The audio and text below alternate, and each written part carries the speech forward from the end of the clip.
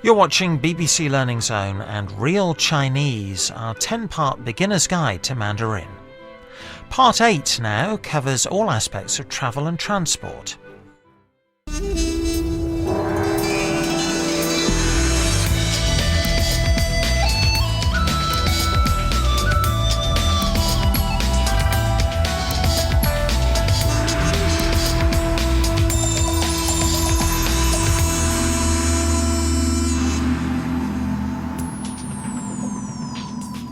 The real adventure of exploring China is going it alone and travelling the way the locals do. In this programme, getting around by taxi, coach and train, and how to do it in Chinese.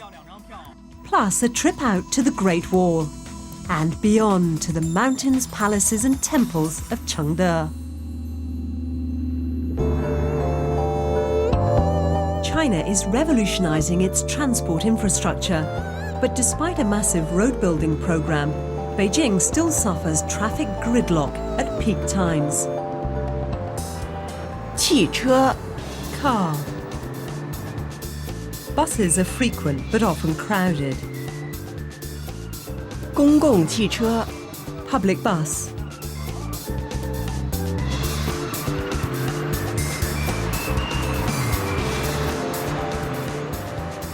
There are some 50,000 taxis in Beijing. They're cheap and easy to find. 出租车 Taxi. The underground system is tiny for such a large city, but it is being expanded.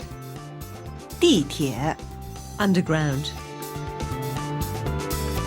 Many Beijingers still travel by bike, some 8.5 million of them. 自行车 Bicycle. Once they were kings of the road, now they risk their lives daily in a system that seems little short of chaos.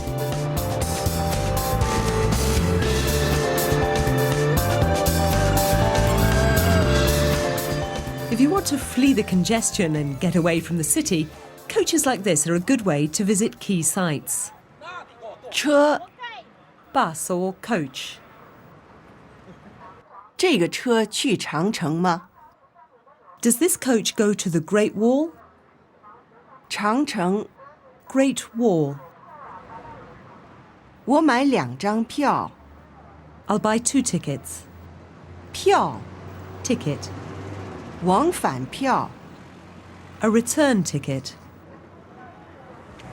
你们好，您好，这个车去长城吗？是，我买2张票，多少钱一张？一个人往返50。A return is 50 yuan. 50 50. To check departure time, you can ask, 什么时候开 when does it leave? 什么时候 When? 7点 7 o'clock. 7点半 7:30. 这个车什么时候开7点半开，谢谢。谢谢。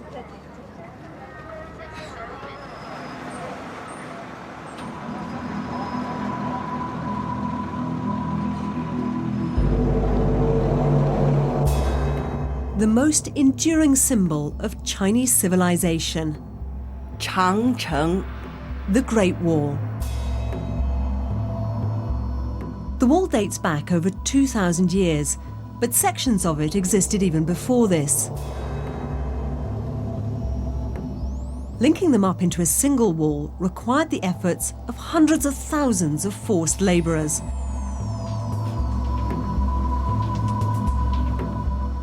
The wall never really kept out attackers from the north, but it worked well as an elevated highway, stretching over 6,000 kilometres across the north of China.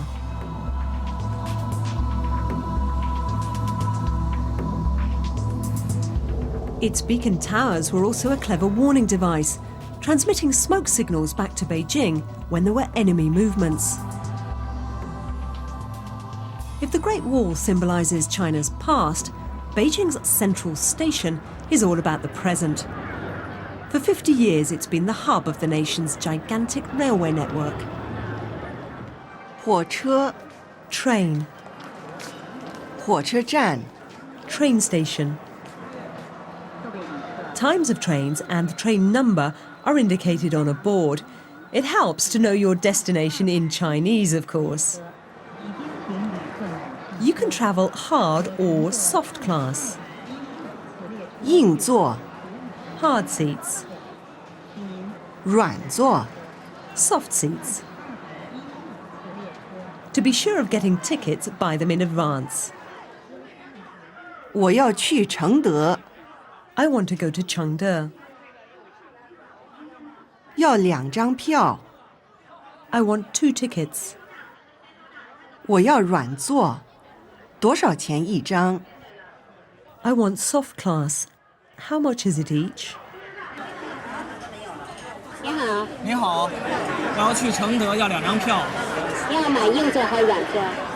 我要软座，请问多少钱一张2张120块钱。120 120. They want to check the train's departure time. 请问火车什么时候开？早晨7点半。好，谢谢您。火车什么时候开 When does the train leave? 早晨7点半 7:30 in the morning. 早晨 In the morning.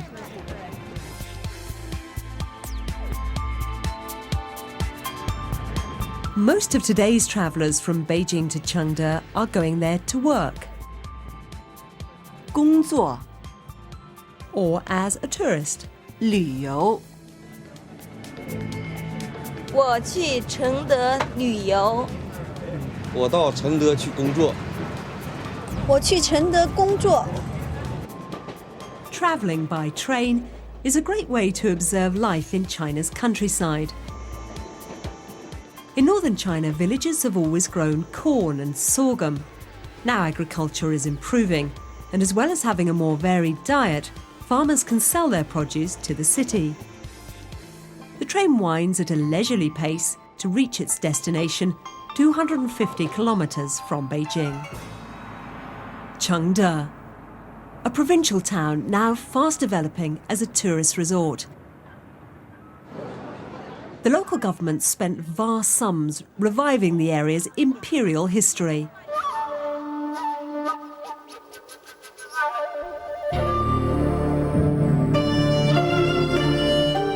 In 1703, the Qing Emperor Kangxi began building a summer palace and hunting ground away from the heat of Beijing.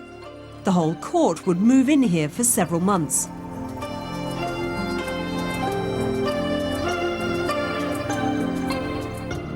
The Qing dynasty were from Manchuria, and the early rulers, Emperor Kangxi and his grandson Qianlong, created a period of great stability and prosperity.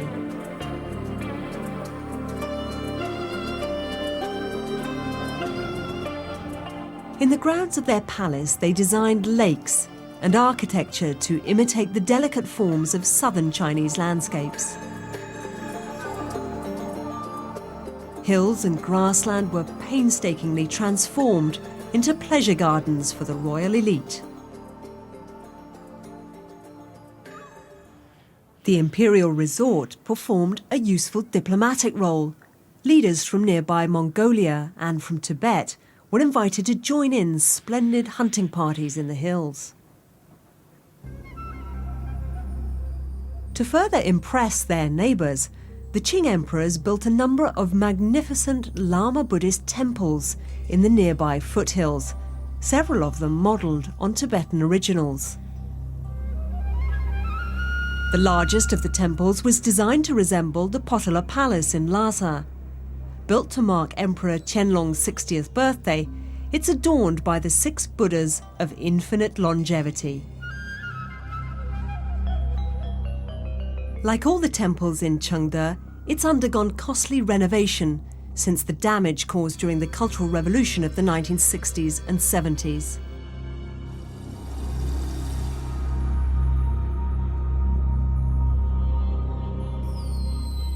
The Qing emperors built a new temple whenever there was cause for celebration. This one was built in honor of the 6th Panchen Lama when he first came to Chengde.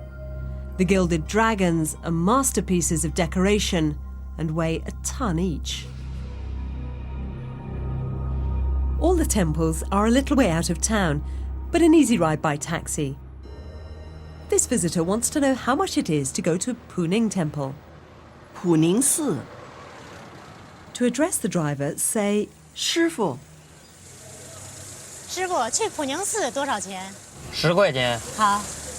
most taxis have a meter, so make sure it's on. 师傅，去普宁寺多少钱？ Driver, how much is it to go to Puning Temple? 10块钱。 10 yuan.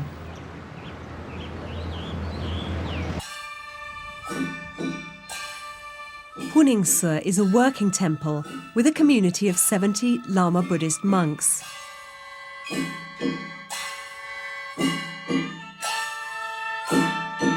The temple draws believers and non-believers from all corners of China. Though Buddhism is now tolerated in China, places of worship are heavily controlled by the state and valued largely for their tourist revenue. Puning Temple boasts the largest wooden Buddha in the world, towering some 22 meters high and weighing 120 tons. In Chinese, she's called Guanyin, a motherly goddess of mercy and a central deity for ordinary people.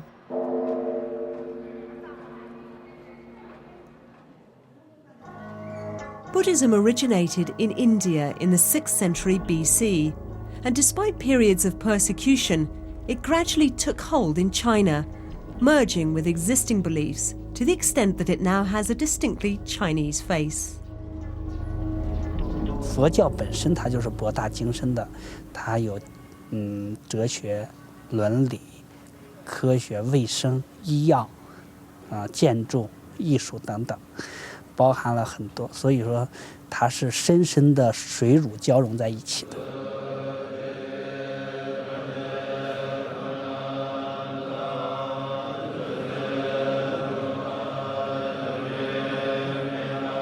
Most of the monks at Puning come from devout Buddhist families in Inner Mongolia.